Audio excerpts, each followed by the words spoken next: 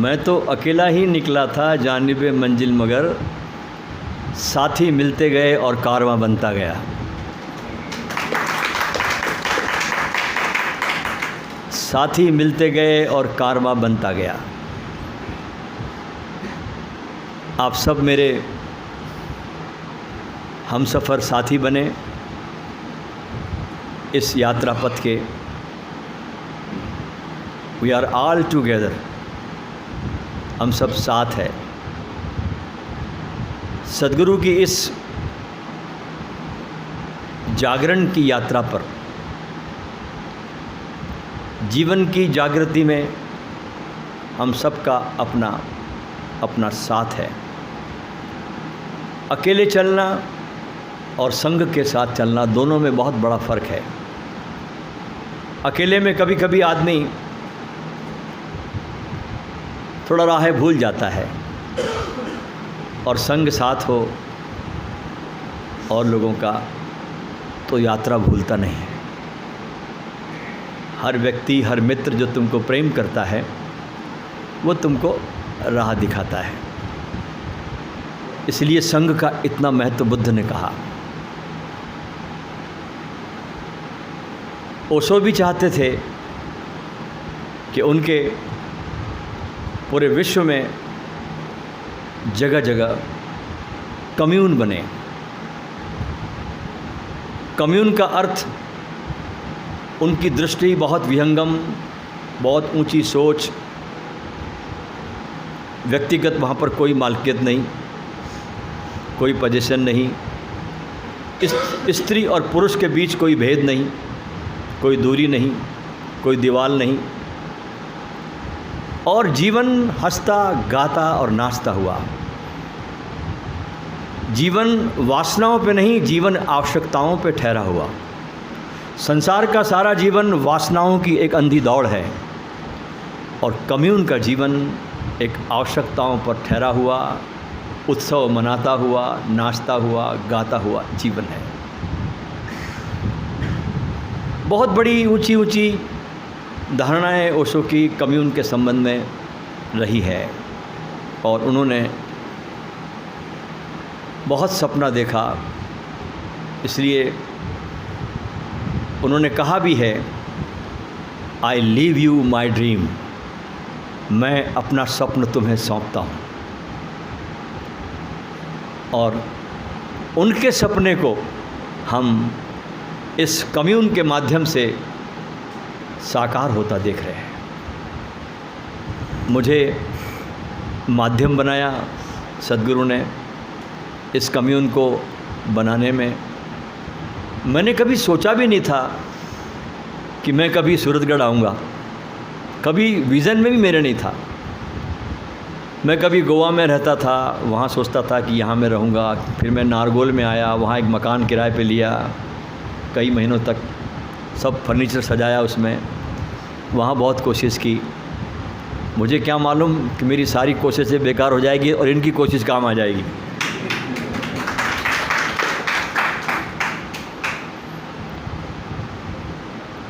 शायद मुझ पे हंसते भी होंगे ये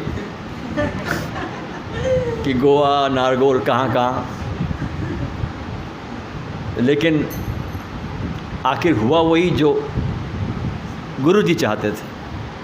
और स्वामी देवपारस जी और हमारे अनुराग जी, इन्होंने हमको ये बहुत, हमने ख़रीदा तो नहीं, हमने पहले दिन से ये बात बोली कि मैंने इसे ख़रीदा नहीं, ये मुझे प्रसाद की तरह मिला है।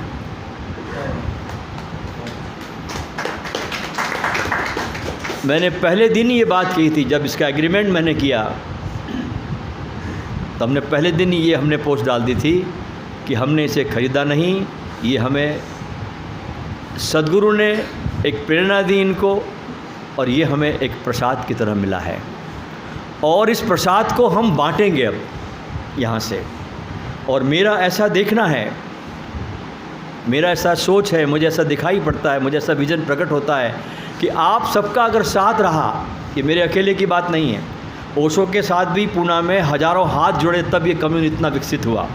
अकेले ओशो कुछ नहीं कर सकते थे, ध्यान रखना। हज़ारों हाथ खड़े हुए, तब कम्यून ने इतना विराट रूप धारण किया। ऐसे अगर इस कम्यून को अगर मेरे आप सबके हाथ मिल जाए तो मैं आपको ये वचन देता हूँ कि सारी दुनिया को इस कम्यून में आना है।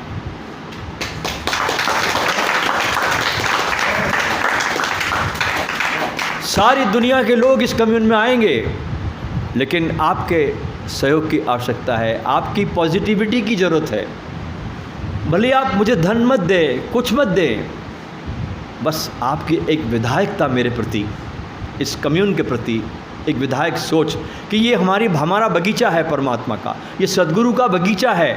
इस बगीचे को कैसे हम सिंचित करें और कैसे इस पौधों को और बढ़ने दें। मैं तो ये देखता हूँ कि धरती पर करोड़ों लोग प्यासे हैं ध्यान के लिए, एक दो नहीं है। सिर्फ उन तक उचित मार्ग से संदेश पहुंचाने की ज़रूरत है, और ओशो का संदेश अनपॉल्यूटेड पहुंचना चाहिए, उसमें कोई मिलावट नहीं, अनपॉल्यूटेड, जरा भी उससे मिश्रण नहीं होना चाहिए।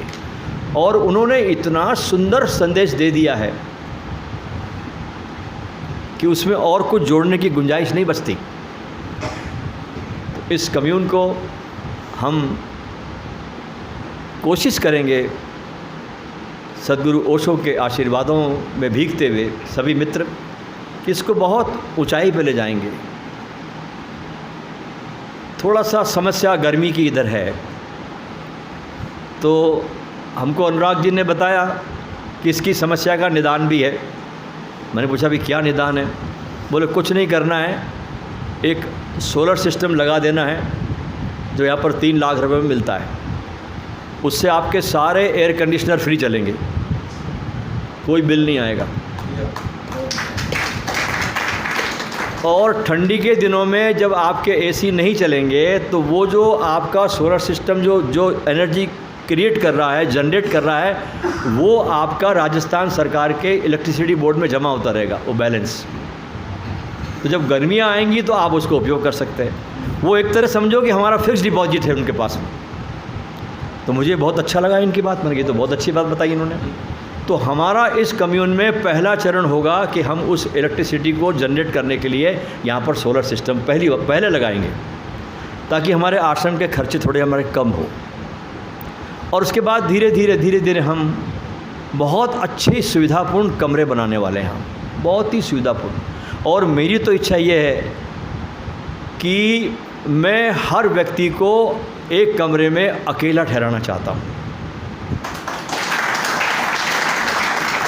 अगर कोई मुझसे पूछे तो मेरे हृदय का भाव है कि हर व्यक्ति इस कम्यून में एक बेडरूम के अंदर अटैच बाथरूम, टॉयलेट हो, उसका सुंदरतम व्यवस्था वहाँ पर हो, और अकेला वो रहे उस कमरे में, क्योंकि ये अकेले की यात्रा अकेले के प्रति है। तो धीरे धीरे हम इस कम्यून को बहुत ओशो के विज़न के अनुसार, जो विज़न उनका है वो मेरे पास पूरी उसकी दृष्टि है, क्योंकि मैंने उनको बहुत करीब से देखा, उनके साथ उठा बैठा, उनके साथ वॉकिंग की। वो भोजन कर रहे हैं, मैं उनको देखता था बैठ कर के भोजन करने को। वे नहा के निकले बाथरूम से, मैंने उनको देखा है, उनको कपड़े पहनते देखा है, उनको हर आयाम में मैंने देखा, उनके कार्य करने के ढंग को देखा है। जैसे आपको बताऊं मैं कि कैसे वो उसको कार्य करते थे। बहुत शुरू के दिनों में उनकी 3 पुस्तकें निकली। ये बात है 1964-65 के आसपास, जब वे जबलपुर में रहते थे और प्रोफेसर थे। 3 पुस्तकें निकली, साधना पथ, क्रांति बीज और मिट्टी के दिए। ये 3 पुस्तकें अब 300 कॉपी छप के आ गई जबलपुर में, और बिके एक भी नहीं। तो क्या किया उन्होंने, देखिए उनके कार्य करने के ढंग बता रहा मैं आपको। उन्होंने क्या किया कि उस समय उनके पास जो लोग आते थे वहाँ पर, वे कॉलेज के स्टूडेंट होते थे, क्योंकि बड़ा विरोध था उन दिनों में ओशो का। तो बच्चे आते थे, तो 2 बच्चों को तैयार किया। जबलपुर में एक बहुत बड़ी किताबों की दुकान है, सुषमा साहित्य मंदिर, वो आज भी है, बहुत बड़ी शॉप है, किताबों की सबसे बड़ी दुकान है जबलपुर में। और किताबें बिक नहीं रही, तो एक व्यक्ति को तैयार करके भेजा और कहा कि सुषमा साहित्य मंदिर में जाओ और उनको कहो कि आपके पास साधना पथ, क्रांति बीज और मिट्टी के दिए किताबें हम खरीदना चाहते हैं।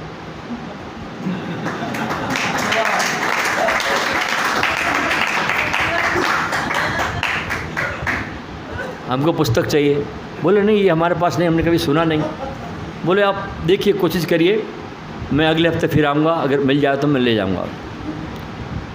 2 घंटे के बाद अपने किसी दूसरे और विद्यार्थी को भेजा, अब तू जा।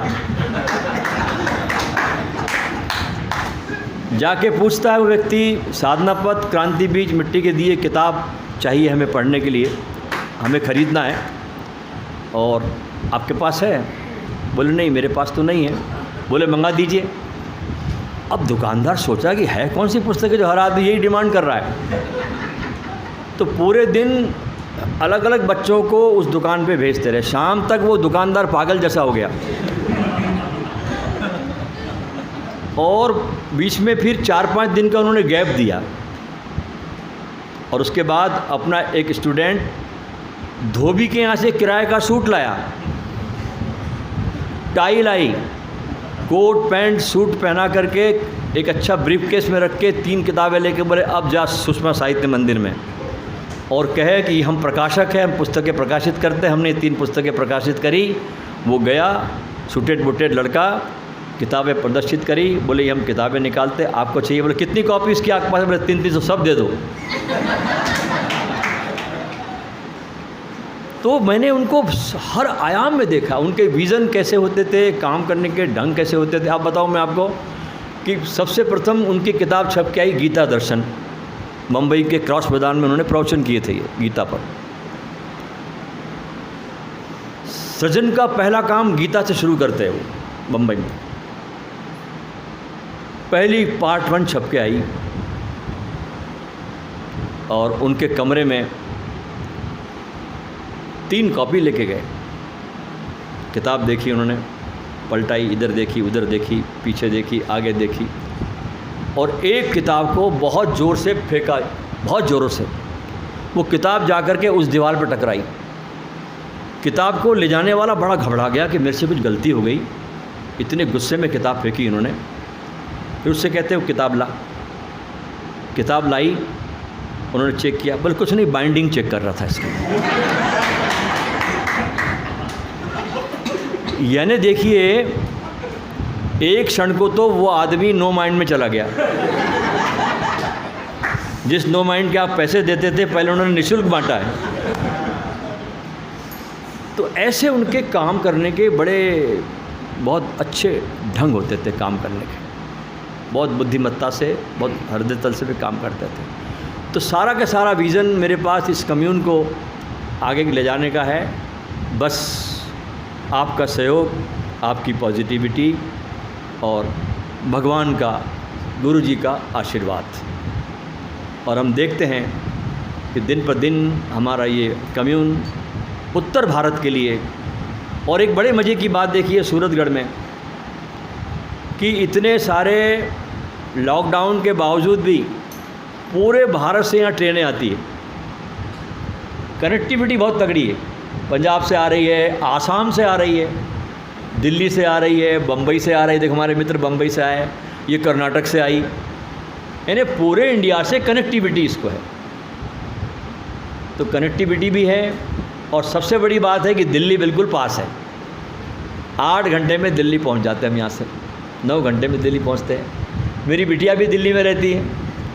इसकी माँ तो बहुत खुश थी जब हमने ये लिया। तो इसकी माँ कहे कि मैं तो इतनी खुश हो गई हूँ कि पूना से मुझे आने में बेटी के पास में 26-27 घंटे लग जाते हैं बाई ट्रेन आऊँ मैं। अब मैं यहाँ पर रहूँगी तो मैं रात को बैठूँगी सवेरे बेटी के पास, वहाँ से मुझे यहाँ आना कभी कभी तो मैं यहाँ आ जाऊँगी 8 घंटे के अंदर। तो इतना अच्छा कनेक्टिविटी इस सिटी का है। बस सिर्फ थोड़ी समस्या 3 महीनों के लिए गर्मी की है, तो उसके लिए इंतज़ाम हम बहुत शीघ्र ही सोलर सिस्टम से हम शुरू करते हैं। और बस आप लोगों से प्रार्थना है कि परमात्मा की झोली को भरो। ओशो ने जब अपनी आश्रम की शुरुआत की थी तो उन्होंने यही रिक्वेस्ट की थी सबसे कि अगर पूरा देश मुझे 1-1 रुपये भी दे देगा तो मेरा आश्रम बन जाएगा, 1 रुपया।